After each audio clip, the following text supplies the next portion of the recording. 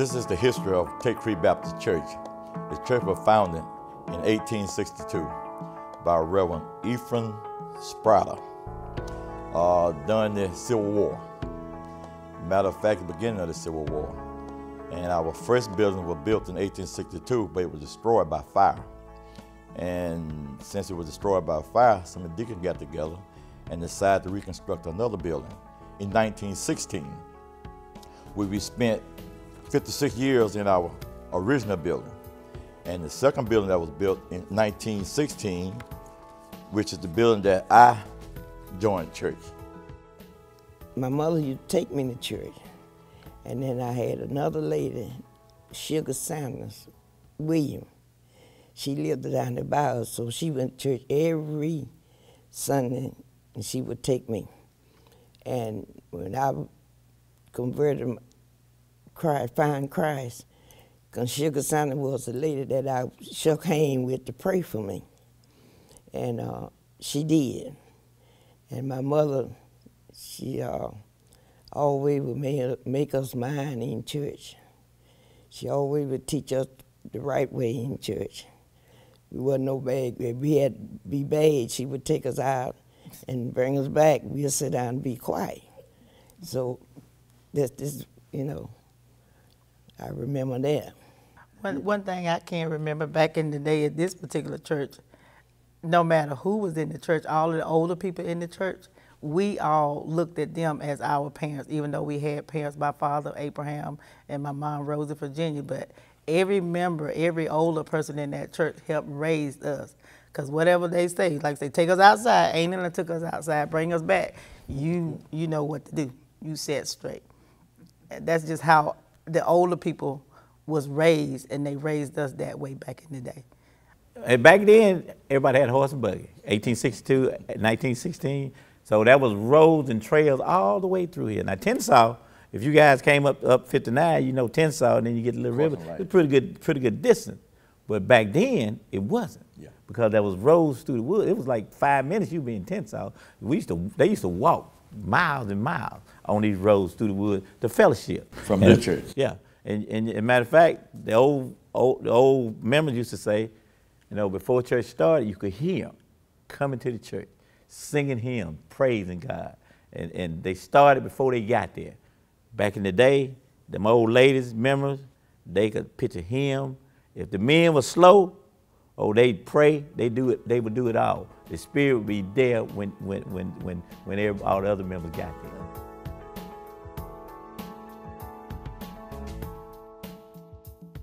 I guess about 1.5 miles, I reckon. But we walked, we had to go around the mud hole. You know what the mud is. If you slip over in there, you're going to get all wet up. So we had to go around the mud hole. It was rough coming up from my house to the church. And then we get to the church, Mama would make us take our shoes off and wipe our feet with a towel and hang them on a bush till we get ready to come back. So when we go back, we do the same way. It was rough where I was living at. Remember, mud hole, mud hole, mud hole, mud hole. But we came out anyway.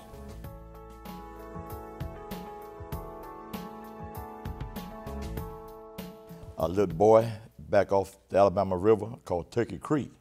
And we didn't have a baptistry back in those days. So we used Turkey Creek as our baptistry place. And I guess I joined church now about 11 or 12 years old. Little old black hole, probably snakes and everything in it. But anyway, that's where they felt they were going to baptize us at. And so I got a fond memory of being a young boy. My Uncle Dave Harris was our Sunday school superintendent. And they made us go to church back in those days. There wasn't no choice. And so me and my brother, instead of us going in church like we were supposed to do, we were shooting marbles on the church ground. So he came by and called us shooting marbles. Yes, and made all them boys go in church and apologize to the church for coming to church and not coming inside, shooting marbles on the church ground. And they were strict about those things back in those days. At that time, they called it begging the church pardon for making mistakes. So he had us up in front of all the other members, and we had to beg the church pardon for sinning. Yeah. Shooting marbles on the church ground. So it's sacred ground. Sacred ground.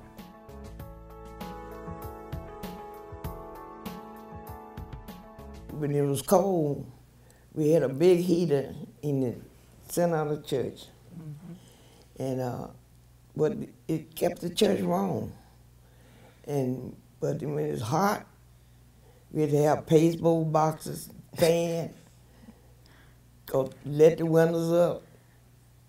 It was miserable, but we lived it. We fan. But thank God we outgrew that.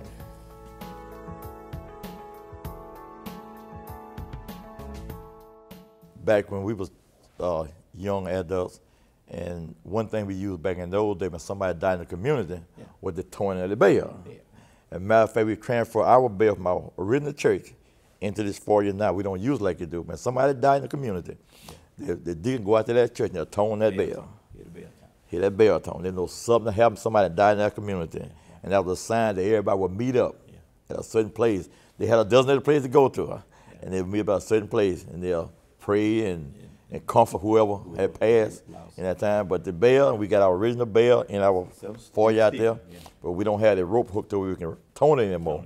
But we still got it out there. That's one of the things I remember vividly back in the day when it would be dum, dum. Right. Yeah. You know something had happened. No, somebody had died in the community, and there's a history behind that bell. Sister Catherine Brown, who was Deacon Henry Brown's wife, he passed, but he was here when we built this sanctuary back there. She told a story that there was a church in a lot of folks in this community, and he mentioned it earlier, is from Clark County, a little place called Carlton. Now we know Baldwin County here and Clark County up there, but the Alabama River is right there. Separate us, And they was on the river on that side in Clark County. We was on the river on this side in Clark County, but everybody over there was related, so everybody over here was related. So the guys from over there came over here and found wives, and then the ones over here went over there and found wives, just like we had to do. Because we in Little River, we relate to everybody, so we had to pretty much move to Bainbridge to find wives. And really true, that's the history of my grandparents. That's how they met. That's how they met. From Clark County to over to Baldwin County. And that's why he came across the river and met my grandmother. Right. Two brothers married two sisters. Two sisters. Yeah, right. Because Joe Moses and Nellie Moses had a daughter named Emma Moses. Yeah, and she had a bunch of girls. And the Hampshire family had a sister named Victoria, and our great-granddaddy, Israel French, came over and married her, and had our granddaddies, Isaac and Abraham. Our grandfather named Abraham, and his brother was named Isaac, and so they married Lizzie and Lula T, and that's where the French family got it. It just grew and grew and grew. Because Uncle Ike, which is Isaac, and Lula T, they had like 21 kids.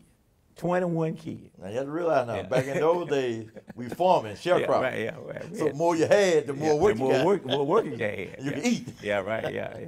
They had 21 kids. And they taught us, because we live, like I said, in the edge of the swamp, where there's plenty of game and food and fishing. And they taught us how to fish, how to hunt, how to live off the land.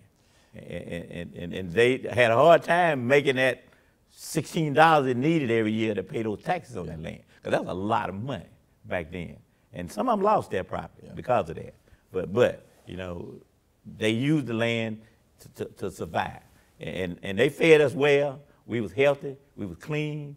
We didn't know we was poor, right? But we was. But this church helped sustain the whole community. Come on, Tron Wide, she was the Janet, and she was towing the bell. She was towing for Sunday school, and then when church out, and then she'd turn around towing for church for us going. But when somebody died, oh my God, she toned it. And it was sad, sad, sad. You could hear it all over around here. And the first Sunday, we went to Tate chapter. Everybody went to Tate chapter.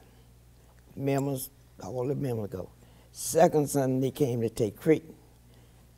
Tate chapter members come to Tate Creek. Third Sunday, we went to St. Joe. All the members in Tate chapter and all of them went there. Fourth Sunday, we went to Mount Tryon. We walked. And Mount Tryon out there on 59.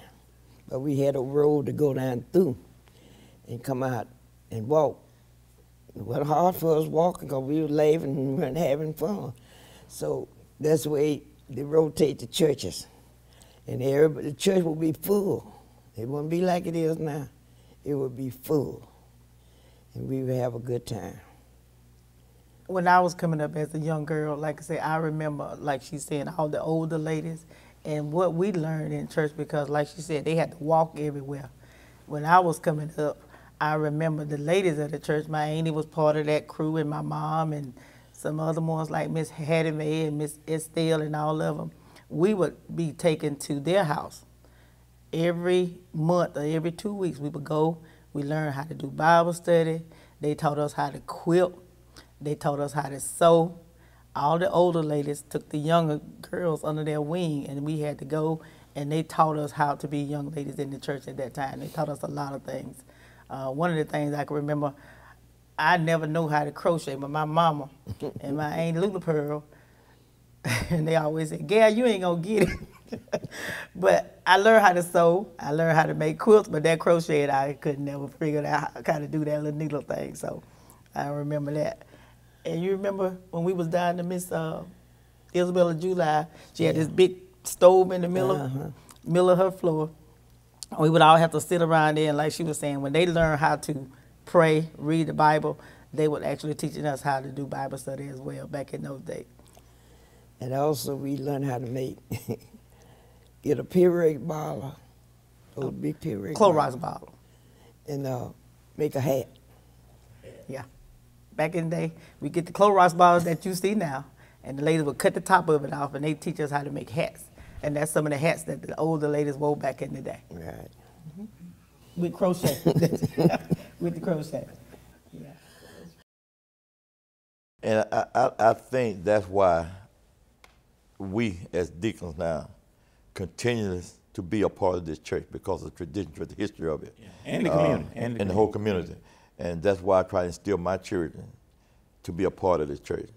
We've been here 158 years already. Yeah. And I'm 67, I'll be 67 in May. So if we can't train them to continue the legacy of ours, we want this church to be here another 158 years. Yeah. I was an usher back then, I was a choir member back then. I was the second leader of the choir. We had a junior choir. And then I was a junior usher in the beginning. So the president, we had our book. You have to stand back to the door. We had certain places we had to sit in the church. So I always stood to the window part, and I like to stand there. And so when people come in, we always greet them with a smile. They always tell us we can't be looking mean and mad. We got to beat them with a smile, whether you don't feel good or not. So we get our position. We had to be at the church at 15 minutes to 11 o'clock. And I used to tell the deacon, y'all need to start church. Y'all need to start church. It'd be 11 o'clock. And one of the deacons would tell me, shut up. We know when to start. So, folks go on like this church, don't go on that side. You stay on your post. And then you, back in the old days, we had a tray. We used to come to the thing and take up, the deacon would be standing up there and have trays. We get them and go down east side and take up the money, but now we don't do it. So that's where we are. Well, we had a choir member. I was a choir member. I was the second leader. My sister, Sarah Pearl, she was the first leader. And May Raleigh was our musician. And we had a good choir. So we had our meeting every month, have our usher board meeting every month. And most of the time when we get through our usher board meeting or choir meeting, we would practice singing. And the usher boy was the same way. That's how I learned, because I wanted to learn what I want, you know, be in, so that's how I learned. And we thank God that God had blessed us to have an edifice like this building up here. Oh, yeah. And get back to how we get to where we're at now. Sylvester Williams had a vision. We outgrew this other church. We had a large membership. He had a vision of one of the larger fellowship, a sanctuary. And then when he constructed the new sanctuary in 2003. We built this part here. And it accommodated 300 people in here. And at that time, our membership had dwindled. Yeah. It wasn't a lot of folks here, probably what, 50? Maybe 50. But God, we were so blessed, we went out and took out a $150,000 loan. Yeah. But we didn't get a general contractor. We subbed it ourselves. The deacon did. Got out and found somebody to do the foundation, somebody to do the brickwork, somebody to do the roof in phases. Yeah, right. And God blessed us to pay the church off $150,000 in 17 years. We had a mortgage burning ceremony last year, right? Last year. With 30 members. Yeah, with 30 so members. And he also gave us the insight to use what we have. Mm-hmm. So when we built this new building, we connected it to the old building. This is the sanctuary, then we got the classroom, and then we got a fellowship hall on the back of it. So all that's connected from those two churches, they all still being utilized. So through the years, God has blessed Tate Creek to do a lot of things within this body of believers. Yeah, right. That old adage that it takes a village. Yeah, it truly took a village to get to the point here. To raise us the way we and we've been successful, not through what we've done, but through the grace of God. Yeah. And we thank Him for that every day, and we praise Him in this building. When we had our marching in ceremony into this building, we moved from back there up here. There was prayers prayed that the Lord and His Spirit move from back there with us and fill this place too, just like they did when Solomon built the temple.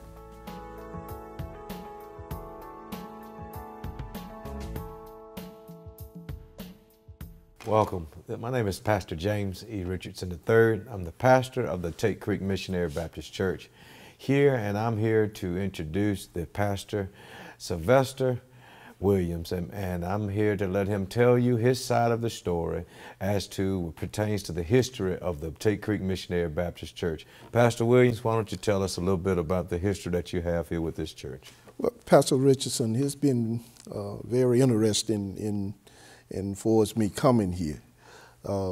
I came up here to support another guy, and from that, I became the pastor of the church. Wow. And because one of the guys dropped out. And so I ended up pastoring Tate Creek. And one of the things that when I first came here, we didn't have paved streets, the paved road. The road got paved. Gotcha. We got paved coming up to the church. We always had a well, so we end up getting water. So it's been a very interesting journey for me, me coming here to Tate Creek and pastoring the peoples here at Tate Creek. Very loving peoples. Yes. I had a lot of support of the elderlies that was here, and but they passed on, but we still had good peoples. Absolutely.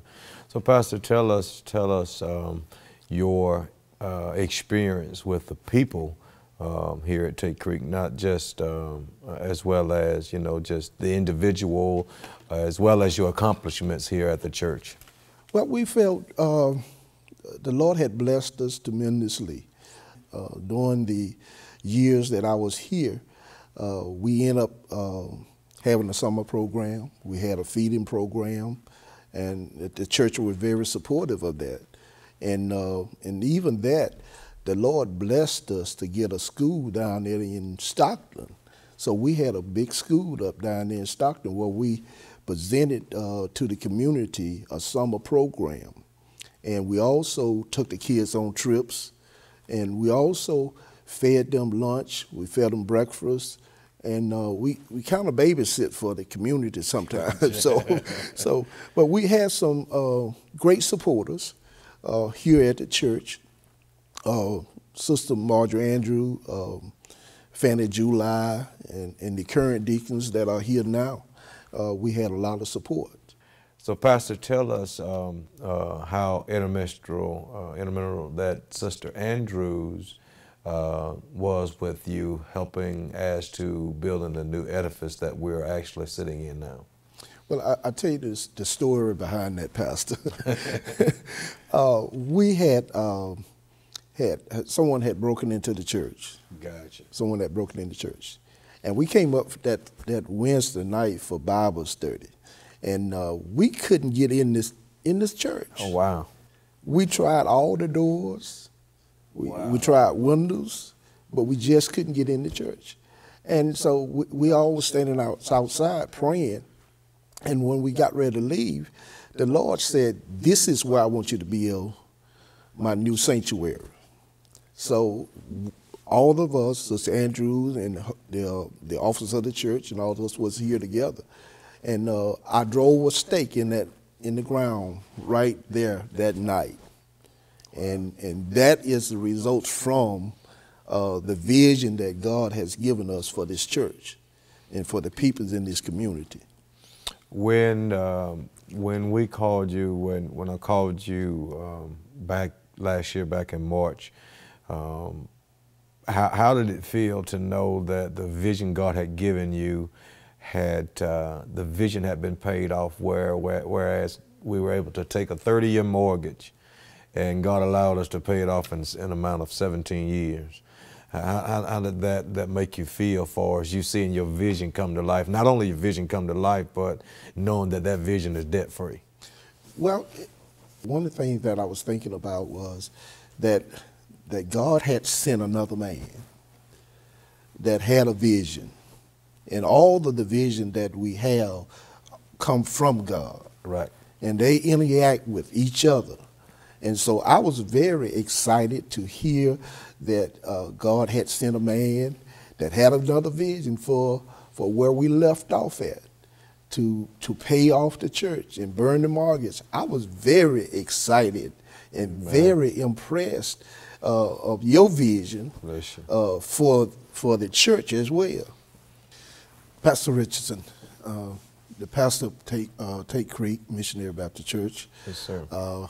I just want to know just what's your vision now, since you have taken the reins and paid off the new mortgage, and now what are your plans for moving forward for us, Tate Creek? Really, Pastor Williams, is to focus in on the people, pretty much our seniors. My prayers ask God to allow us to be able to extend our property and build to the right of us and make some type of senior establishment for our seniors in the area, so that they would have somewhere that they wouldn't have to travel, because right now they either have to travel to Stockton or Tensar, I believe, but we want to make it to where they have somewhere right here in the Little River community and the Blackshear community, so that they can call their own. And so we, not only the elderly, but the young people, because I believe that we're losing our young people because they have nothing else to do now. And it was different when I was coming up, when you were coming up, and when you had the youth. It was something constantly for us to do. And we've lost that. And my vision, my prayers, that God allow us to bring that back to the fold. Again, I'm standing on your shoulders as well as Pastor Weeks' shoulders, even Pastor Baker. Even though he had a short tenure, he's still done some things that I can stand on his shoulder. The very instrumental people, as far as you and Pastor Wheat and the former pastors before that, I have a good stature to stand on, a good stability, a good foundation. And so we want to take that and we want to build from that. We're on the right path. You know, the Bible, of course, the Bible tells us that God will add to the church daily. We get in a hurry sometime, and we, you know, well, God, when are you going to send our members? But we have to understand that He's going to add as He sees fit for us. And here lately, the last couple of months, you know, people have been coming, and my focus, my main concern is that they don't just join church, Right, but be dedicated to church. Right. And that's something that they often say, you know, Pastor Williams, you know, was adamant about people being dedicated, and that's one of my pet peeve. I love for people, don't just join. That's right. You know, be adamant. You know, be dedicated. That's because right. we can fill a pew with anybody. That's right. You know, I can go and get limbs and fill a pew. But Amen. we want dedicated people. You know, Amen. so it's been a pleasure.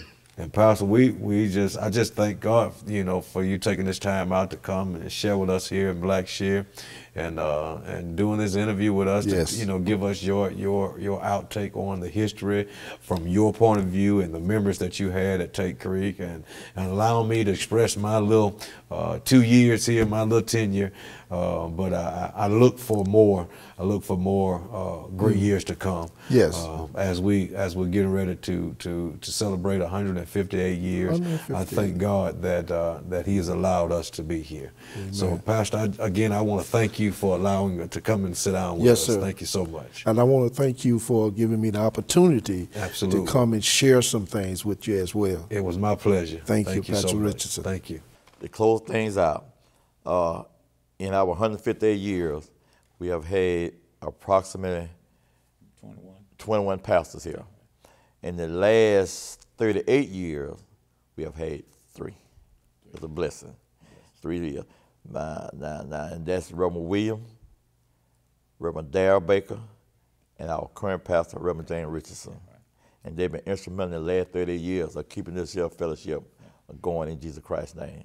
And we're so thankful that y'all can archive the history of Tate Creek Baptist Church and display it to other people to see where we came from in 1862 to where we're at in this present time in 2020.